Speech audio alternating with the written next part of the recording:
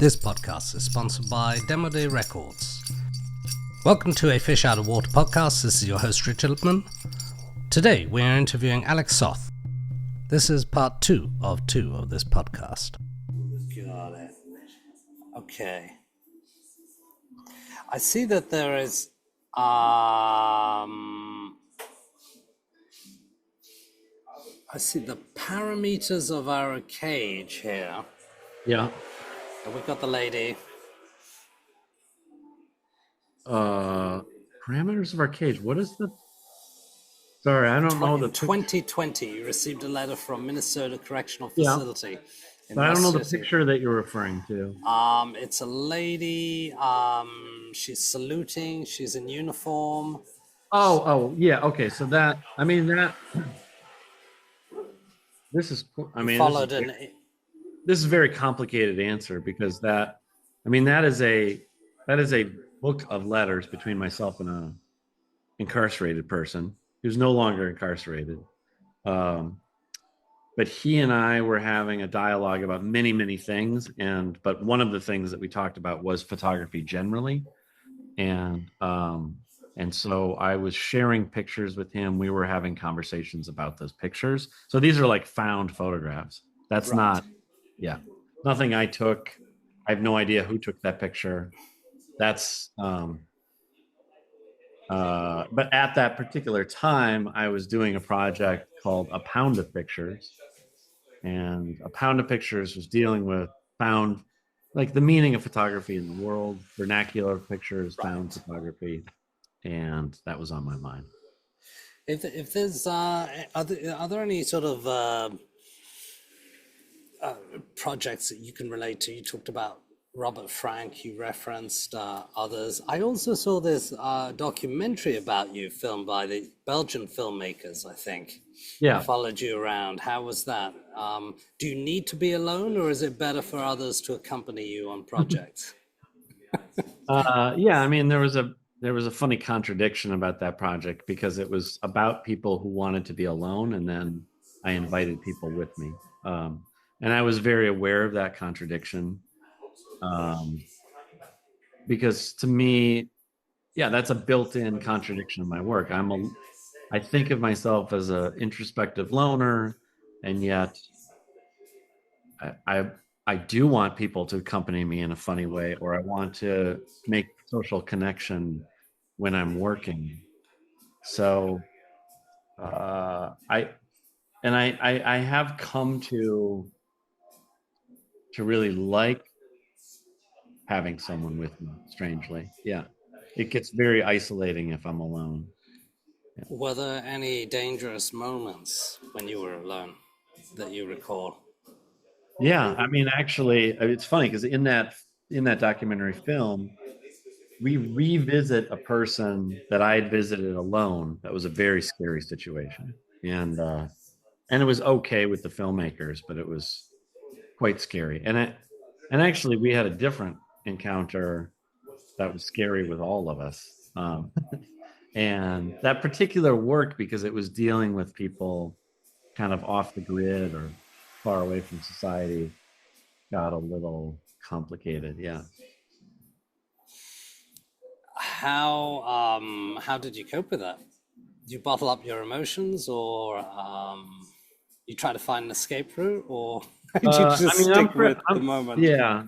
Generally, when I'm in a threatening situation, I'm like the animal that rolls on its back and shows its belly. I'm submissive, and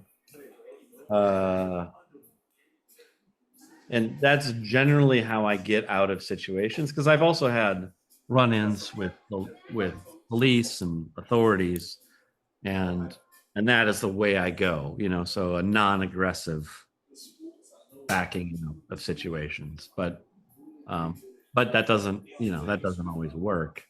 So yeah, mostly now I just try to avoid those situations. But those situations, did you still manage to document?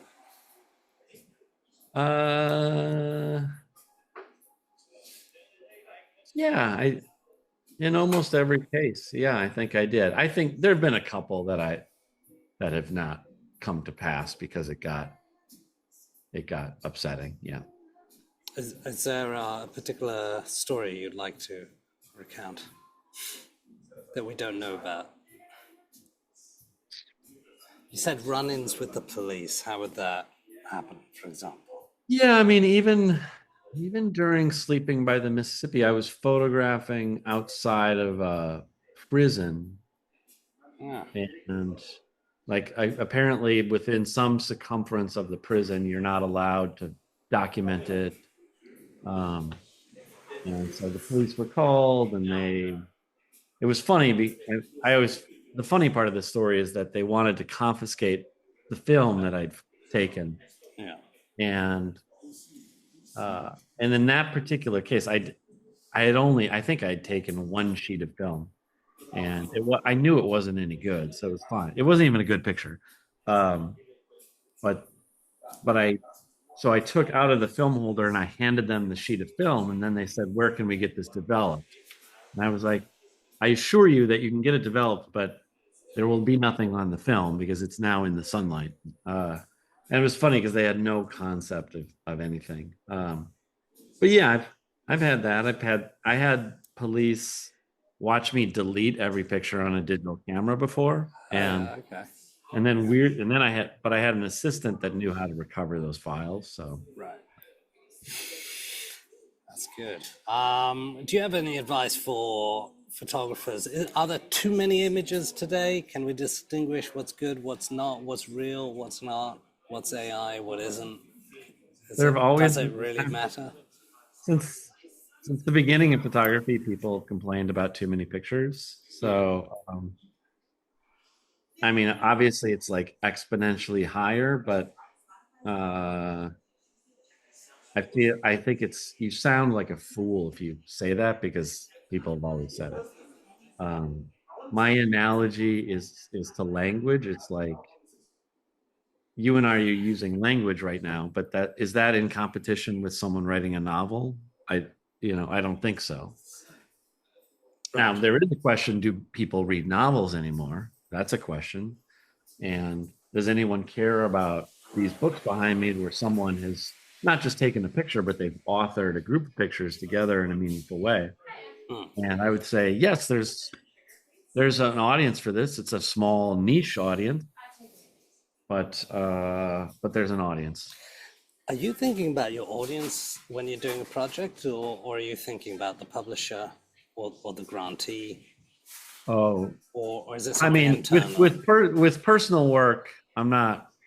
I think about the audience, yes, but I don't think about the publisher or grantee. But I think about the audience. I think about challenging the audience, but also like giving them something interesting or pleasurable or complicated. All of that. I know many artists don't like to think about the audience, but I do. I think it's part of the pleasure of making. Yeah. Right, right. So are you thinking about a particular group, a particular age? That's hard. I mean, I know there's a part of me that always imagines my younger self. Like, what would my younger self think of this? Right. I try to imagine that. I try, of course, one wants to imagine like a sophisticated audience, but at the same time, I don't want to make something that's so challenging that it doesn't let people in. So, yeah, I try to think about all that stuff. I mean, that's what I think is kind of interesting about work that does like independent filmmaking, or that work that does require some sort of financial investment, is because you're forced to think about the audience. um, whereas oftentimes in the fine art world, which I'm very much a part of, you're just thinking about a very specific few people, and I think that can sometimes be unhealthy. Do you think it's possible to call you back in 10 minutes to just to talk again for another 10 minutes? Sure. Yeah. I mean, I need Uh, to wrap up by the end of the hour, but if we can do that, yeah. that'd be great. Great. Okay. What's the best way? Reuse the link, or do I send you an email? Sure. But yeah, I can. It's just a question of what time do you want me on here? In approximately 10 minutes. Or Okay. Yeah. So, I six mean, the some. other thing is I can just, oh, right. Because we have a new, because we're Yes, running out of Zoom. time. Yes, a Zoom every 40 Oh, minutes. yeah. I'm okay. But you want some time to like, Yeah, another 10 minutes. I've got a few okay. more So at, questions. for me, Influences, what successes, about at failures. 10 50, which is like, 10:50. yeah. Okay. Sounds good. Perfect. Do I See you send then. you? I'll send you a link, right? Sure. Okay. Yeah. Send me a new link. Thank you. Thank you. Yep. Bye bye. Bye. Alec, what makes a good story? uh, well, I don't think of myself as a necessarily a storyteller. So I think, I mean, I think what photography does often is it suggests stories, and it usually doesn't tell stories. So that's a very different thing. So like a good story, like a compelling article that you read, it has narrative momentum. That's not what I do. So I don't think I'm very qualified. What makes a good character? What's a character for your photography? Who? Mm, I think it's, in the case of photography, you're describing an exterior, but I think there's, when I talked about suggesting a story, it suggests an interior world, it suggests a story, it suggests interesting life lived, all of that. Lights. Do you wait for certain moments throughout the day or the evening to get that I mean, right atmosphere? photography is about light. So yeah, I could photograph the most interesting person in the world, but if the lights are off, we won't know it. So it's all about the response of light to to an object. Yeah. Can you tell us a bit about your successes and failures? I think my failure is easier. I think my failure is often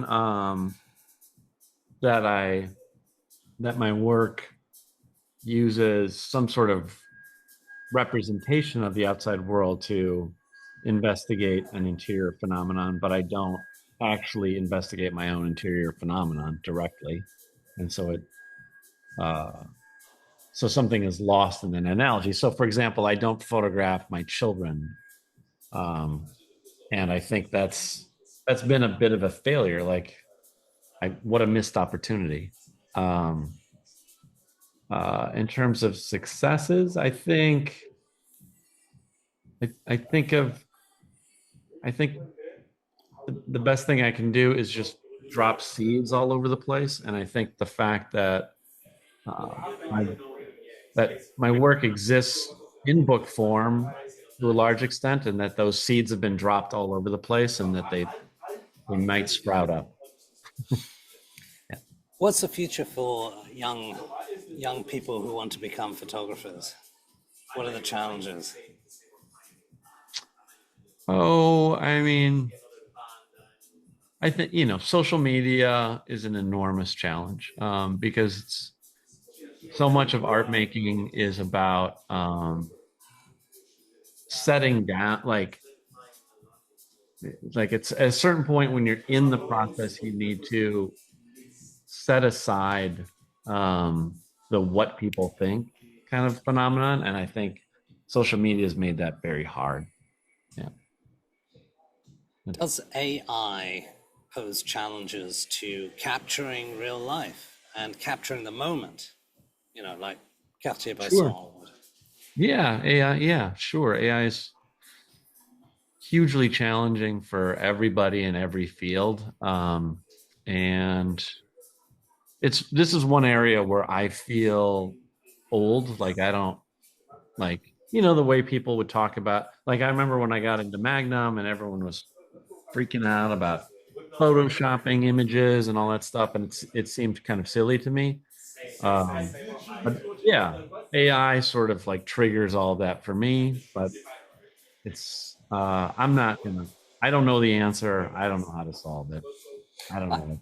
I understand you were president of Magnum. What was that? No, I was Vice?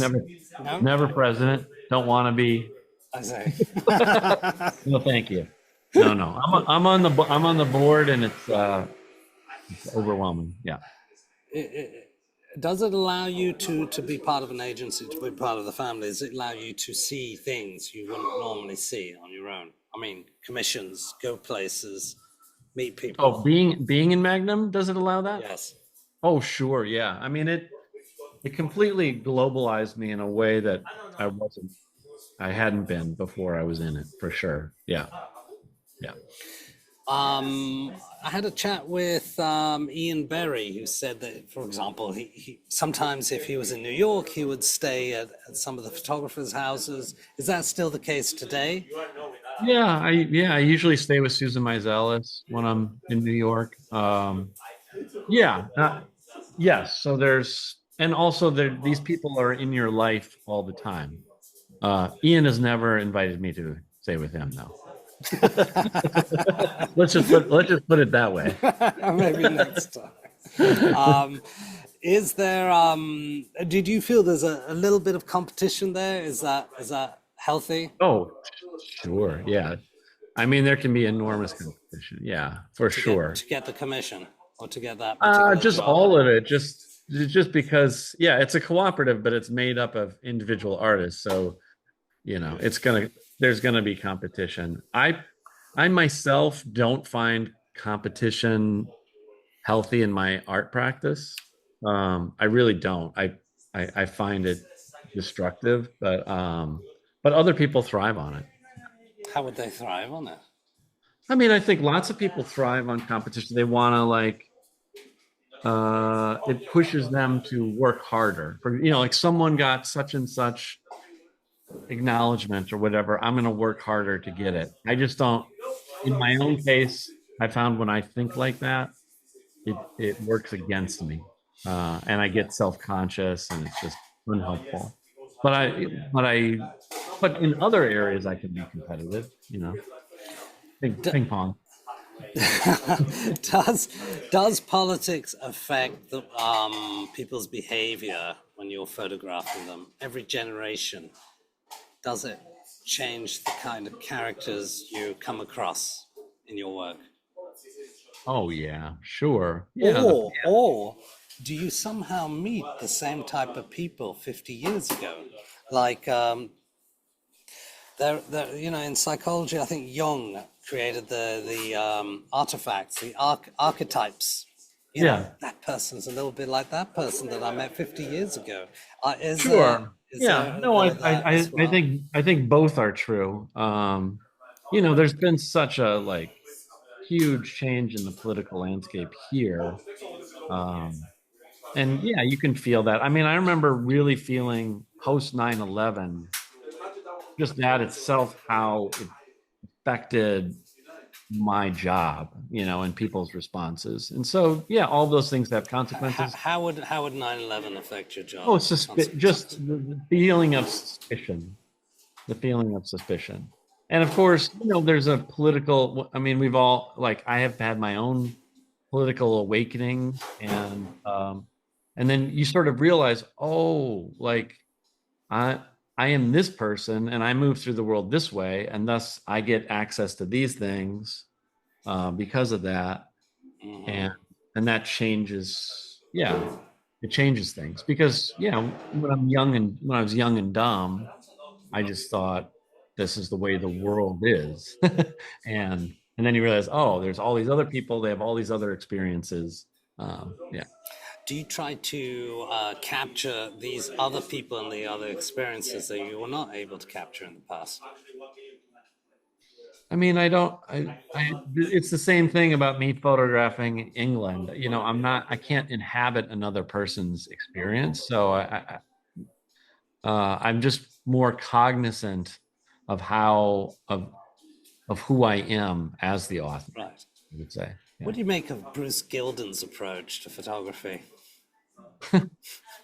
Uh, I mean, Bruce, I mean, one of the things about being an author is being authentically yourself, you know? So it's like, if I pretend to be if I pretend to be a hardcore photojournalist, it fails.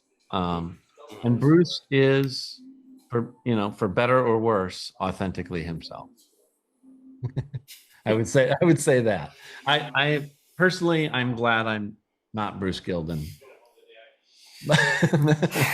I've always But wondered, I mean, he manages to take pictures of people with flashes and things like that. Not many people do that anymore. But on the other hand, you're able to see a kind of yeah, raw reaction. Vivian Mayer as well.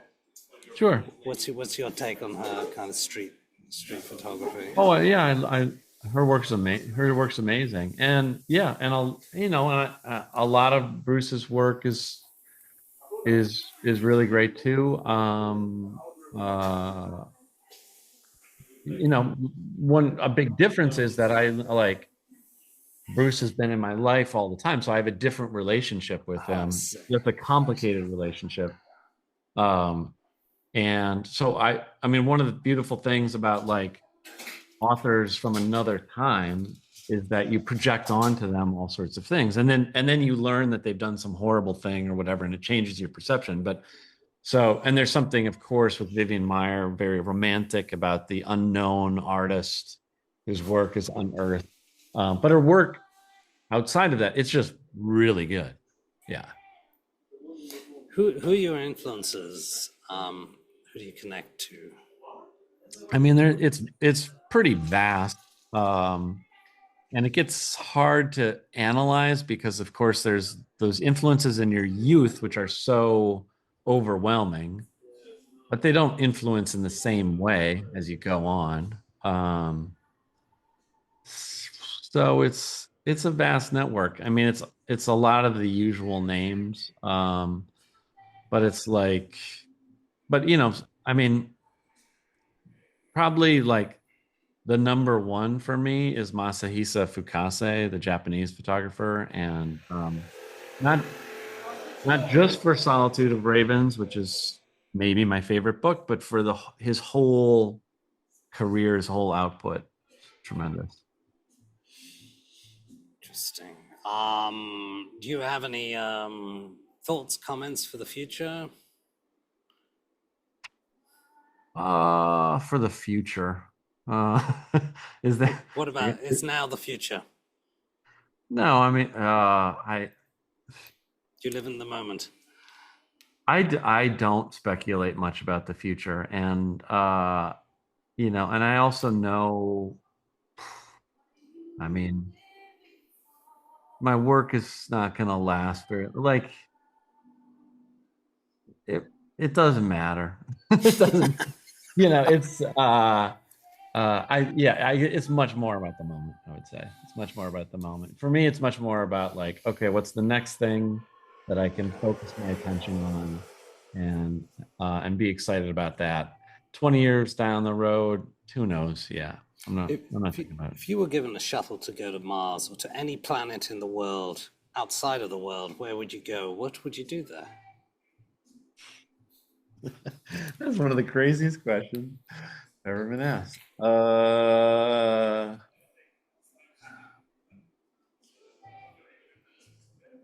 mean, I'm pretty interested. I did a job recently and it was underwater, so it was like it was it was in the sea.